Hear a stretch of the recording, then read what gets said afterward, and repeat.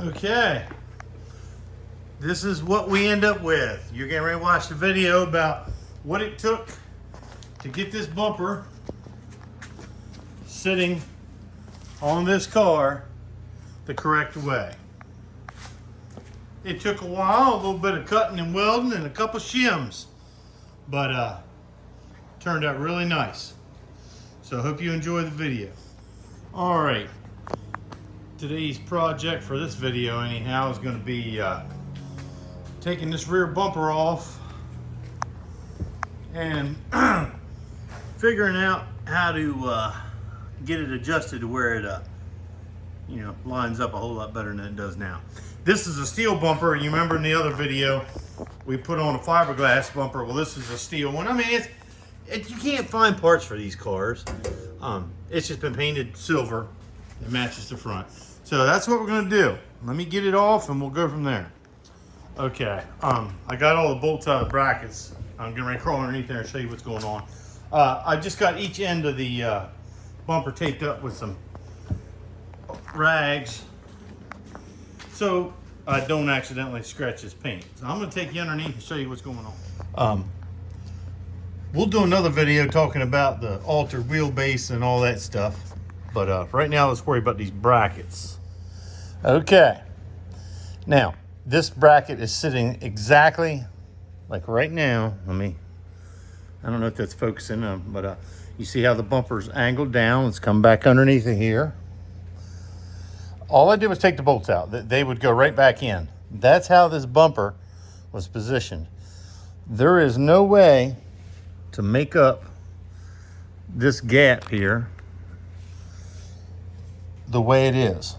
Now, these brackets look like brand new, but I'm assuming they were made in China because there's no adjustment. But I'm not blaming it on the brackets necessarily. Now, I don't know who did this. It doesn't matter. Well, what does matter is I didn't do it.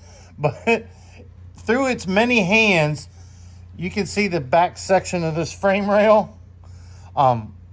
Remember, this is an altered wheelbase vehicle, so all this has been moved. I have a feeling some of this is from, matter of fact, we'll see if it shows up better on that side.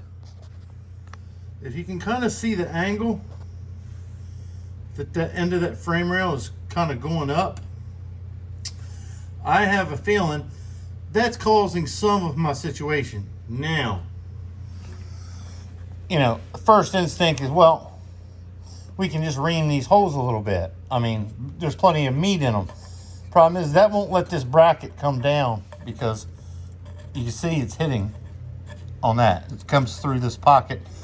It's not going to come. I mean, it's adjusted. It's sitting exactly where it was in the beginning of this video. I'm going to pull this bumper off in a second, and I'll show you that when I get it off. Right now, this may totally change when I get up there. Right now, I'm thinking about just cutting this off right here and continuing this pocket here right on through, and that will let me twist this bracket. But let's get the bumper off and we'll see what happens. Okay, the bumper's off. Got her on a set of stands here. They've had some engineering done here, but I'm not picking on them. You got to do what you got to do. Remember on the front of this thing, remember over there, I had to do some modification on that from one of the first videos on this car. So, I mean, you got to do what you got to do. Not picking on anybody, but I do feel bad.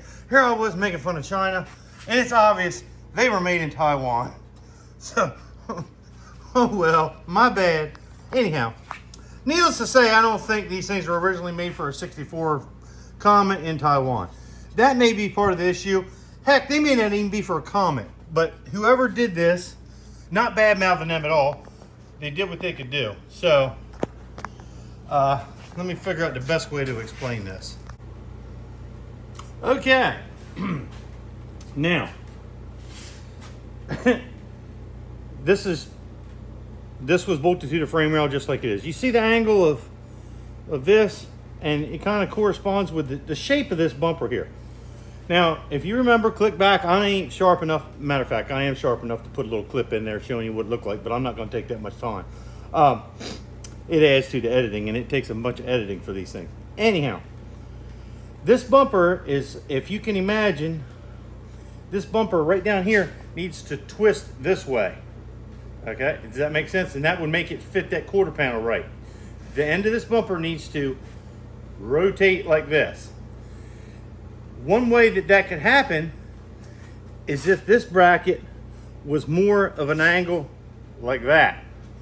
There is no way to do that because it's bolted to this steel bumper. Now, let me pick this up for a second. Now, one way that it could be done, and it would require a lot of trial and error, is I could cut this bracket right across here, cut a pie cut. You understand what I mean by a pie cut? Cut a slice out of this. That would allow me to roll this down and then weld it up. That is an option. Some people will say, well, that's the only option. That's the way to do it. I don't think I'm going to go that way first. Okay, I'm in the back of the car. Remember a couple clips ago, I was laying underneath and I was talking about, what I was talking about cutting out is this little thin piece of rear cross member. See, it's nothing but sheet metal. I mean, it's probably only 18 gauge sheet metal is all that is, if it's even that thick. If I cut that out, let me try to hold this steady. If I cut this little strip out, see the holes that line up? I can very easily either drill new holes in here, adjust these some, or drill the holes out in that bracket up there and adjust that. That is what I'm going to do first. I'm not worried about, oh, don't cut that precious car up. Come on, people. This car is a race car. Got a 9-inch Ford in it. It's been altered. I mean, it's not, I mean, they did a decent job. There's nothing wrong with it. I'm not worried about preserving the antique integrity of this car. And this is not structural in this case. So I think the first thing I'm going to do is cut this out on both sides. And we're going to go from there. Okay, I got both sides cut out. I actually cut it out with a pair of 10 snips. That's how insignificant that little piece was. So now I'm going to turn my attention to those brackets over there. If you guys checked out the channel at all, a couple weeks ago you saw a video of a Smokey and the Bandit project. And a video in the next week or so. These are the original control arms to that Smokey and the Bandit Trans Am. And I'm going to be putting in new ball joints and stuff. So just a little sneak peek about what's going to be coming up real soon. Okay, over here at these brackets, I don't know if you can see that or not. That's a spot weld. That's where this bracket is welded to this one. And if you can tell, it's not in there. Well, you can see from that gap, but it doesn't line up. I may, if I just open up that hole, whoops, focus.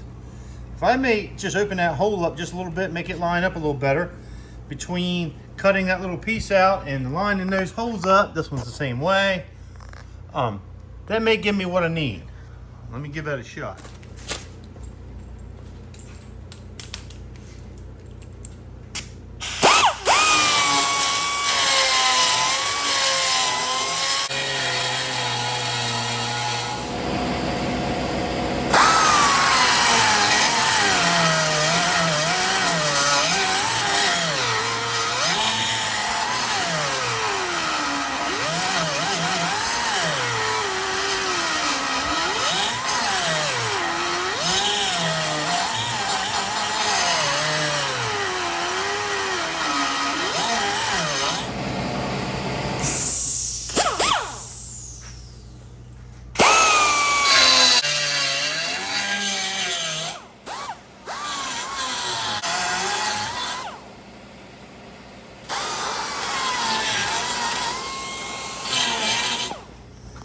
Well, I set it on there after adjusting these holes, reaming these holes out, and cutting that little piece of metal out of the back of the car. And I gained a little bit, but nowhere near enough. So there is no more adjustment. I don't know how else to explain it. There's no other way for this to fit in that frame rail over there and get what I need out of it. I'm going to be forced to, like I talked about a second ago, I'm going to be cutting this off. Basically, I talked about pie cutting it, and I think the easiest thing for me to do, we're going to learn together, is you see how there's a gap under there? I'm going to cut this thing right through here, right off on both of these brackets. Do the same thing over here, cut that right off. And then I'm going to set it up on there and twist the bumper to where it lines up. Then put a tack weld on it, take it off, finish weld it, and then stick it back on. Sounds easy, doesn't it? Here we go.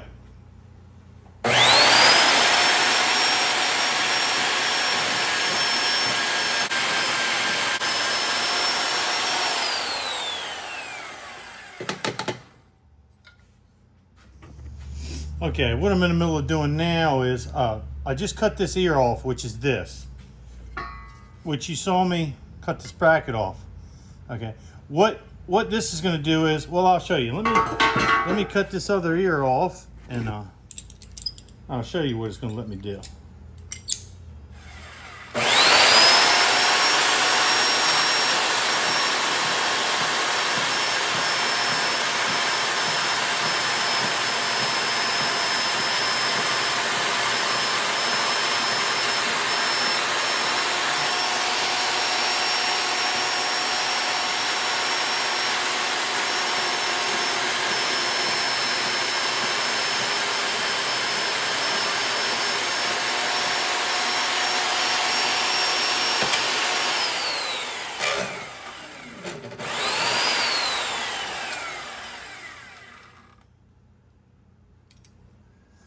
Now, with both of those ears cut off of that thing, now what this is going to let me do, matter of fact, I'll go over to the ball.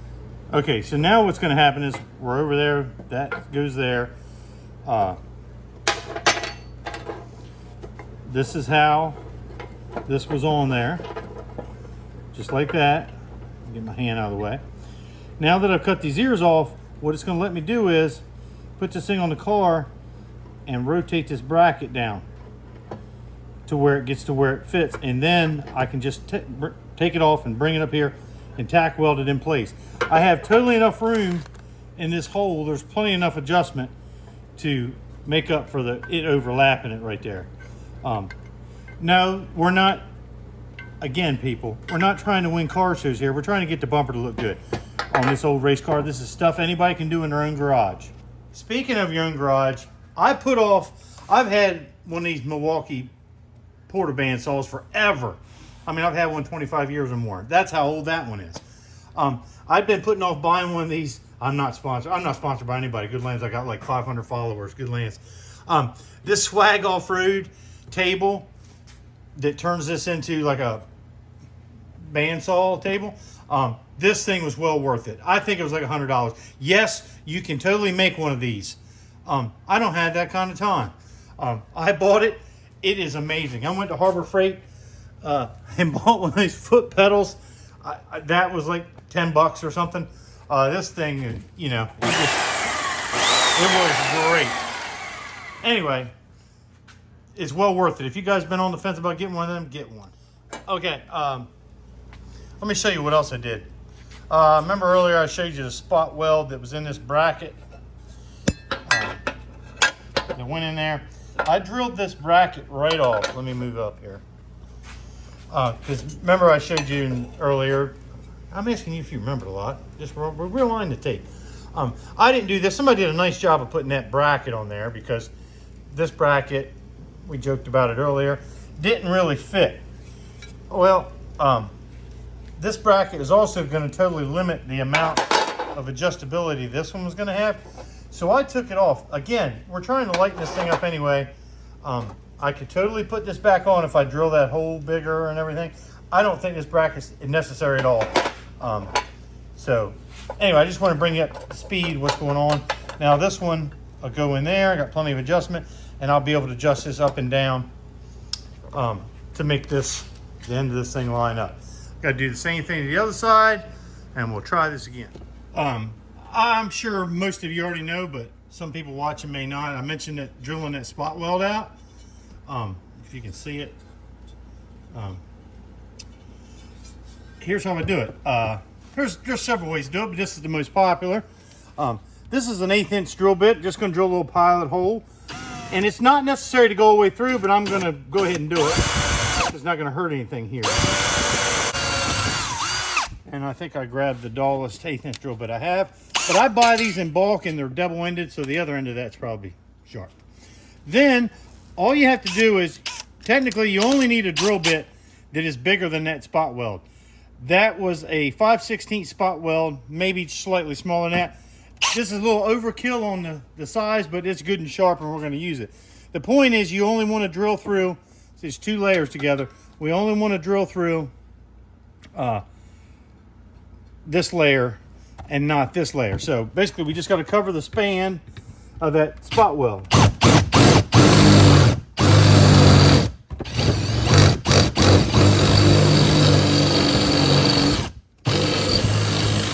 Okay, and then pretty much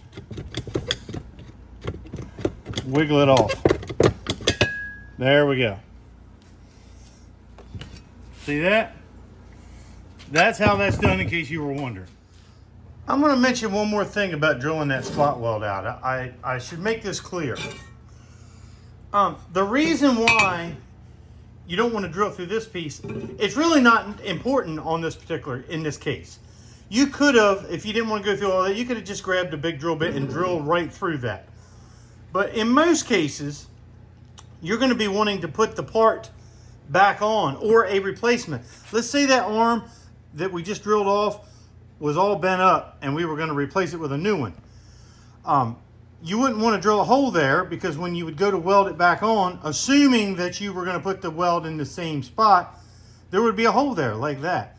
So that's why you don't want to drill all the way through. As you can see, we didn't. We just got a little 1/8 inch hole, which is no big deal. But that's how everything is held together on these cars. As a matter of fact, we'll see, yeah, you can see them along here. Those are all spot welds, all these little divots.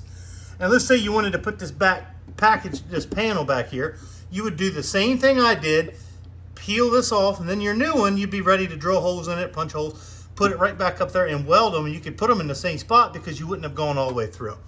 That's important to know about drilling spot welds. Okay, let me show you what I've done here. Now these are just snug in place, they're not totally, because I'm getting ready to set the bumper on there and find out. But see how that bracket's overlapping now? I mean, well, you can see that's brought down probably a 1/2 inch overall, which should, in theory, let this tuck up into place. But like I said, we can adjust it. We're going to check, see where it fits, snug everything up, and then I'll weld this piece up. We took off those brackets. They're not important in this circumstance. In this circumstance, let me be clear. So I just put the bolt back in there. That way it looks the same on the outside. So I'm going to set it up there now and see what we got. Okay, we got her on there. I had my boys come out, and you can see, I know I left the paper on there, that lines up on both sides. Now we're going to take it back off and weld it up. Okay, before I take it off, let me show you what I was talking about. You can, well, maybe you can't tell, but everything's tightened in place. And when we take it off this time, I'll be welding this up. Okay. And it should go back on and be in the right spot. All right, we welded both of those up. They're not going anywhere. Now we're going to put her back on. Well, that, you know, one of the things I say all the time, and it's not my saying, is it's not 100%, but it's 100% good enough. That's pretty much 100% right there. That saying I get from this guy. His name's Carl Fisher. He's got a YouTube channel called Japan's Customs. You'll check it out. It does all kinds of neat stuff. This side's not as good as the other side, but it is very, very close. You're not going to notice the difference. But from what we started with, it's pretty good. Pay no attention to the Alaska license plate.